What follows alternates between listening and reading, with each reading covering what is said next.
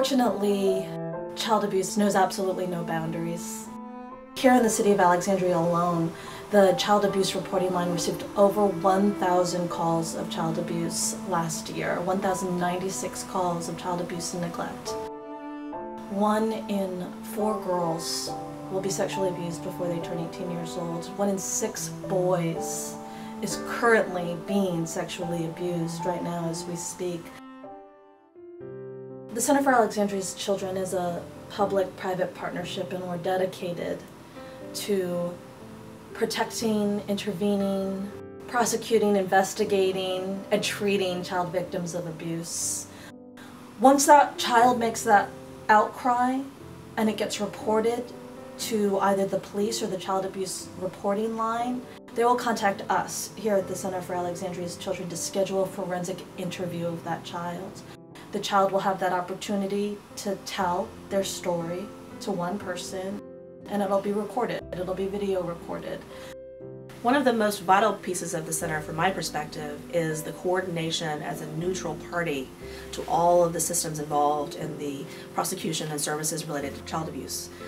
It's allowed us to have better prosecutions, in my opinion, both civilly and criminally, because we're able to develop information much more quickly, so we're able to get into court in a very speedy manner and have our cases heard. Without that coordination, it would be hard to have a neutral place for all the parties to come in and speak openly about each of their respective roles. It's broken down all the barriers that existed before as far as joint investigations. Those challenges no longer exist. So the result is we can concentrate on the information that's provided. There's a lot of support here for the children, so the detective doesn't really have to worry about that. They can worry about doing the criminal aspect of the investigation and just concentrate on that. The professionals who work with them are so vitally important to what we're doing. They're really the core of our multidisciplinary team and the work that we do. And they've all been trained to provide trauma-specific, specialized therapy to this population of child abuse victim. We also have what we like to refer to as our prevention wing, where families who are not involved with criminal investigations can come and get resources and information about how to keep their children safe from abuse. We have a classroom and we have a multi-purpose playroom, so we're able to offer parenting classes, parenting workshops, anger management classes, foster parent support groups, parent support groups. All of those are provided through our partnerships with both public and private agencies in the city of Alexandria. Prevention is everything. It makes good sense. It's the right thing to do. It's cost effective. It's great for the kids.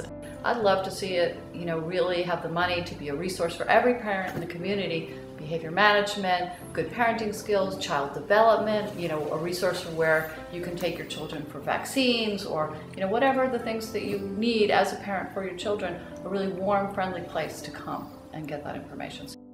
Our challenge now is to create 2 things, I think. One is an economic sustainability, so that we don't have to worry about where the next dollar is coming from to make sure that the next child that comes in who's been through one of these situations can be, looked after in the right kind of way, number 1. And 2, to create the vision and the economics that allow us to now be in the business of reaching out and taking the CAC to the next level, where it can be a vibrant source of knowledge, of capability, of functionality that can be pushed out into the community so we can deal with these kinds of situations before they occur. As a public-private partnership, the Center for Alexandria's Children relies very heavily on the support of the private community. We need volunteers. We need volunteers who are willing to go through training, to sit with our child victims. We need clothing. We're always in need of clothing. A lot of the children who come through our center sometimes might not be returning home. We need diapers. We need infant clothing.